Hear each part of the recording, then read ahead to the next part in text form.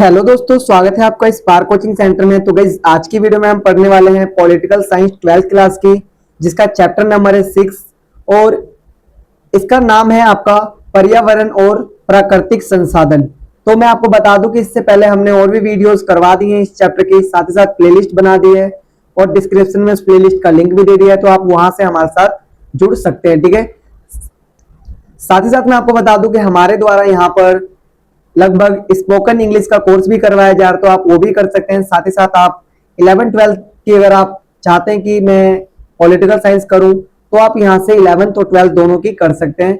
अगर आपके घर में कोई छोटा भाई बहन या फिर कोई भी हो, दोस्त हो, बुआ की लड़की, कजन हो सकते हैं, तो आप उनको भी इस वीडियो को भेज सकते हैं, ताकि कहीं ना कहीं वो भी इन चीजों को देख ले और अच्छे नंबर पेपर में ला सके। साथ ही साथ हमारा एक और यूट्यूब चैनल है जिसका नाम है spark coaching centre for English.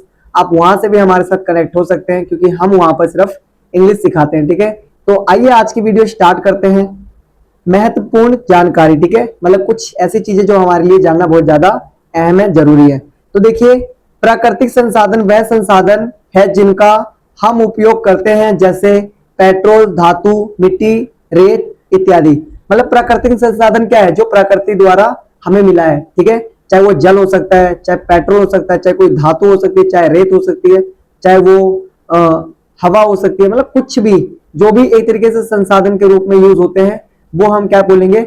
उनको हम बोलेंगे प्राकृतिक संसाधन। जैसे कि पहाड़ हो गए, ये सारे क्या है? प्राकृतिक संसाधन, यानी कि इनका निर्माण प्रकृति द्वारा हुआ है और इनको हम उपयोग कर रहे हैं। ठीक है, आगे देखिए, बता रखा है 1992 में ब्राजील के रियो डी जनेरियो में प्रथम पृथ्वी सम्मेलन हुआ था।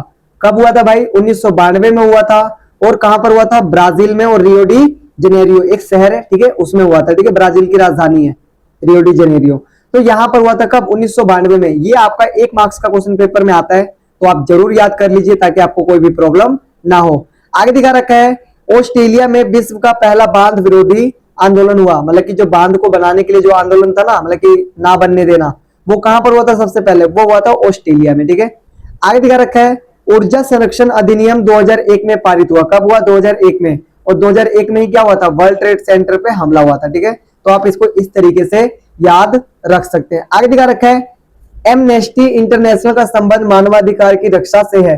मतलब जो मानव के अधिकार है उनसे कौन रिलेटेड है? उनसे रिलेटेड है एमनेस्टी। कौन? एमनेस्टी। ठीक है, तो ये जो नीचे आपको फोन नंबर दिख रहा है, तो मैं बता दूं कि मेरा नाम है बिट्टू कुमार और ये मेरा फोन नंबर है, जिसपे आप कॉल कर पीडीएफ परचेज कर सकते हैं। ठीक है, ये वाली पीडीएफ, ये भी आपको यहाँ पर शॉर्ट्स नोट्स करवाए जा रहे हैं। फुल नोट्स आपको इस नंबर पर व्हाट्सएप या फिर कॉल करके आप उसको परचेज कर सकते हैं। तो चलिए आगे देखते हैं। आगे देखिए, महत्वपूर्ण प्रश्न, यानी कि ऐसे प्रश्न जो पेपर में आने के चांसेस पूरे पूरे ज्यादा हैं। ठीक है, उनको मैंने यहाँ पर करवाया आपको। तो पहला क्वेश्चन है, ग्लोबल वार्मिंग क्या है? ठीक है, ग्लोबल वार्मिंग क्या है? तो आइए देखते हैं। ग्लोबल वार्मिंग पृथ्वी के तापमान में लगातार वृद्धि है। पृथ्वी के जो तापमान है उसमें लगातार वृद्धि को क्या कहते हैं? ग्लोबल वार्मिंग, यानी कि पृथ्वी का गर्म होना, जो आमतौर पर कार्बन डाइऑक्साइड, सीएफसी और अन्य प्रदूषकों के बढ़ते स्तर के कारण उत्पन्न ग्रीन हाउस गैसों के प्रभाव के कारण होती है। यानी देखिए, ये ज्यादा गर्म क्यों हो रही है? जो पृथ्वी गर्म हो रही है, किससे हो रही है? कार्बन डाइऑक्साइड से और सीएफसी से। ठीक है, आपने देखा होगा आजकल जो फ्रिज वगैरह की जो गैसें डलती थी, वो चेंज हो गई हैं। पहले जो डलती थी वो थोड़ी सी पर्यावरण के लिए नुकसानदायक थी, लेकिन अब जो डलने लग गई है वो पर्यावरण के लिए नुकसानदायक नहीं है, क्योंकि पहले वाली जो गैस थी उससे पर्यावरण को बहुत ज्यादा इंपैक्ट पड़ता था, बैड इंपैक्ट पड़ता था। लेकिन अब वाली गैस से पर्यावरण को बहुत नामात्र के बराबर नुकसान पहुंचता है। ठीक है, तो कहीं ना कहीं देखिए, अगर ऐसे ही जैसे अभी एसी वगैरह सब यूज करते हैं, तो उससे भी कहीं ना कहीं जो पर्यावरण है वो दूषित हो रहा है, वो प्रदूषित हो रहा है। ठीक है, और जिसके कारण क्या हो रहा है? ग्लोबल वार्मिंग हो रही है। ठीक है, आगे दिखा रखा है, क्योटो प्रोटोकॉल क्या है? ठीक है, क्योटो प्रोटोकॉल क्या है ये आपको बताना है। क्योटो प्रोटोकॉल पर्यावरण से संबंधित एक अंतरराष्ट्रीय समझौता है। क्या है? क्योटो प्रोटोकॉल एक अंतरराष्ट्रीय समझौता है, जो कि रिलेटेड है किससे? जो रिलेटेड है आपका पर्यावरण से। ठीक है, आगे देखिए, बता रखा है, वैश्विक ताप वृद्धि करने वाली गैसों के नाम बताइए। जो विश्व है उसमें जो ज्यादा मतलब कि गर्माहट फैलाते हैं वो कौन कौन से देश हैं? तो देखिए कौन कौन सी गैसें हैं ये हम देखेंगे यहाँ पर। तो पहला दिखा रखा है कार्बन डाइऑक्साइड। क्या दिखा रखा है? Carbon dioxide. दूसरा है मीथेन और तीसरा है हाइड्रोफ्लोरोकार्बन। ये जो 3 गैसें मैंने आपके सामने बताई, ये कहीं ना कहीं जो पृथ्वी गर्म हो रही है, ग्लोबल वार्मिंग हो रही है, उसका क्या है, कारण है। ठीक है,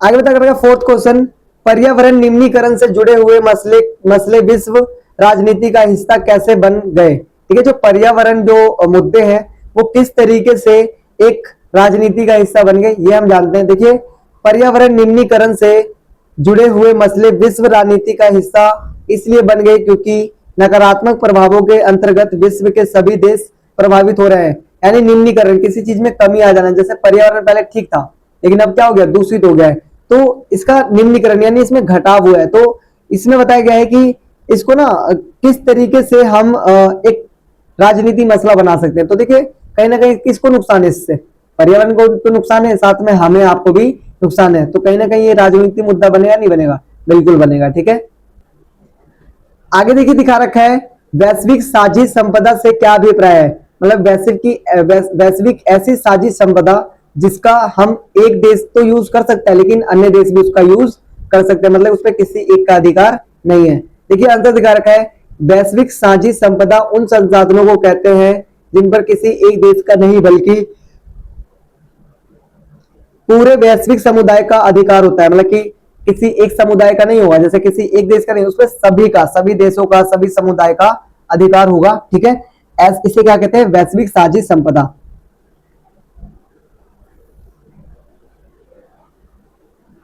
आगे देखिए दिखा रखा है क्वेश्चन नंबर 6, ग्लोबल वार्मिंग क्या है, इसके प्रभावों का वर्णन कीजिए। तो देखिए अभी मैंने आपको बताया था ग्लोबल वार्मिंग क्या है, तो फिर से बता देते हैं। ग्लोबल वार्मिंग का अर्थ है विश्व के तापमान का बढ़ना। क्या करना, विश्व के तापमान का बढ़ना। इससे समुद्री तटीय देशों के डूबने का खतरा बढ़ गया है। क्या बढ़ गया है, समुद्री जो तटीय जो क्षेत्र ना उनके डूबने का खतरा क्या हो चुका है, बढ़ चुका है। ठीक है, आगे दिखा रखा है प्रभाव। प्रभाव क्या क्या है, तो आइए देखते हैं।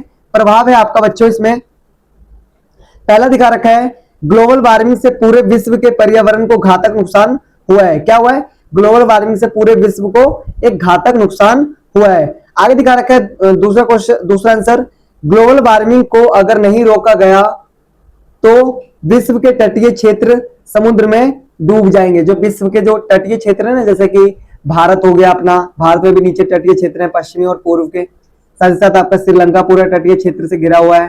ठीक है, आपका ऑस्ट्रेलिया है, तो ये इनके जो जो साइड साइड के एरिया है क्या हो जाएंगे, ये डूब जाएंगे। ठीक है,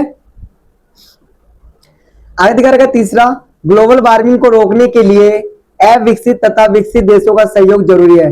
मतलब देखिए, अगर ग्लोबल वार्मिंग को आप रोकना चाहते हैं तो आप सिर्फ ये नहीं कह सकते कि उन्हें सिर्फ विकसित या विकासशील देशों ने या फिर विकसित देशों ने क्या करा है, नुकसान पहुंचाया सभी ने, लेकिन जो विकसित देश है उन्होंने थोड़ा सा ज्यादा नुकसान पहुंचाया। ठीक है, तो उनकी जो जिम्मेवारी है थोड़ी सी ज्यादा होती है। ठीक है, पर्यावरण के प्रति। आगे दिखा रखा है फोर्थ पॉइंट, वैश्विक तापमान बढ़ने से कुछ बीमारियां जैसे एड्स, टीबी, कैंसर, मलेरिया आदि महामारी का रूप धारण कर लेंगी। मतलब कि देखो क्या होता है ना, जब वैश्विक तापमान बढ़ेगा तो क्या हो जाएगा, ये सारी चीजें ऑटोमेटिकली होने स्टार्ट हो जाएंगी। ठीक है, आगे बता रखा है पांचवा, ग्लोबल वार्मिंग के कारण बच्चों का मानसिक विकास खतरे में आ गया है। जो ग्लोबल वार्मिंग यानी पृथ्वी का जो गर्म होना है उसके कारण क्या हो गया है, बच्चों का जो मानसिक विकास है ना वो भी क्या हो गया है, वो भी घट गया है, रुक गया है। ठीक है, कम हो गया है पहले से। ठीक है, तो ये प्रॉब्लम कहीं ना कहीं आ रही है किससे, ग्लोबल वार्मिंग से। ग्लोबल वार्मिंग सचमुच एक बहुत अहम समस्या है, ये आपके हिंदी में भी आ सकता है, तो आप अच्छे से पढ़िए ताकि कहीं ना कहीं आपकी हिंदी भी अच्छी तरीके से हो सके और अच्छी तरीके से आप उसमें नंबर गेन कर सके। आगे बता रखा है छठा, ग्लोबल वार्मिंग के बढ़ने से स्वास्थ्य संबंधी कई समस्याएं पैदा हो गई हैं। कितनी समस्याएं, कई समस्याएं क्या हो गई हैं, पैदा हो गई हैं। आगे दिखा रखा है सातवां, पर्यावरण की रक्षा के लिए ऐसे कोई 4 कदम सुझाइए जिन्हें भारत सरकार द्वारा तुरंत उठाया जाना चाहिए। तो आपको ये क्वेश्चन का आंसर खुद ही बनाना है। ठीक है, 6 मार्क्स का क्वेश्चन आएगा आपके पेपर में या फिर 4 का आ सकता है। ठीक है, तो आप इसको चाहे तो फुल पीडीएफ मंगवा सकते हैं। ठीक है, 10 रुपए हर पीडीएफ की कॉस्ट रखी गई चैप्टर के अनुसार। आगे देखिए क्वेश्चन नंबर 8 है, 6 नंबर का, रियो सम्मेलन क्या है तथा इसके क्या परिणाम हुए। ठीक है, जो रियो सम्मेलन है वो क्या है और इसके परिणाम क्या हुए। ठीक है, ये आपको यहाँ पर बताना है। थोड़ी सी नींद आ रही है क्योंकि ये वीडियो थोड़ी सी लेट अपलोड कर रहे हैं हम, मतलब बनाना ही मैंने लेट स्टार्ट करा है, तो थक जाते हैं पूरे दिन क्लास ले लेके। तो क्लासेस होती हैं, फिर यहाँ यूट्यूब देखना पड़ता है, तो थोड़ा सा मैनेज करना पड़ता है, लेकिन आई विल ट्राई कि मैं मैनेज सब चीज़ कर लूँ। यूट्यूब फैमिली से भी जुड़ा रहूँ अपनी, और यहाँ जो हमारी फिजिकल क्लासेस चलती है वहाँ की भी फैमिली से मैं जुड़ा रहूँ। मतलब मैं हर जगह कुछ ना कुछ करवाता रहूँ, छोड़ूंगा मैं किसी को भी नहीं, ठीक है, चाहे वो यूट्यूब हो, चाहे इंस्टाग्राम हो, चाहे पढ़ाएंगे हर जगह। लेकिन अभी थोड़ा सा अकेला वर्क करना पड़ रहा है, अभी प्रिपेयर कर रहे हैं कुछ स्टूडेंट को फॉर टीचिंग। तो जैसे ही वो हो जाते हैं तो कहीं ना कहीं हम बहुत जल्दी अपना एक सेटअप लेके रखेंगे, जिसमें हिस्ट्री अलग कोई पढ़ाएगा, पॉलिटिक्स कोई और पढ़ाएगा, इंग्लिश कोई और हिंदी कोई और, सोशोलॉजी कोई और, फिजिकल कोई और, ठीक है। मतलब सभी सब्जेक्ट के लिए एक एक टीचर हम लेकर आएंगे। आगे दिखा रखा है रियो सम्मेलन क्या है, इसके क्या परिणाम हुए। अब देखिए रियो सम्मेलन कहाँ हुए थे, 1992 में हुए थे। कहाँ पर, ब्राजील में, रियो डी जेनेरियो के पास।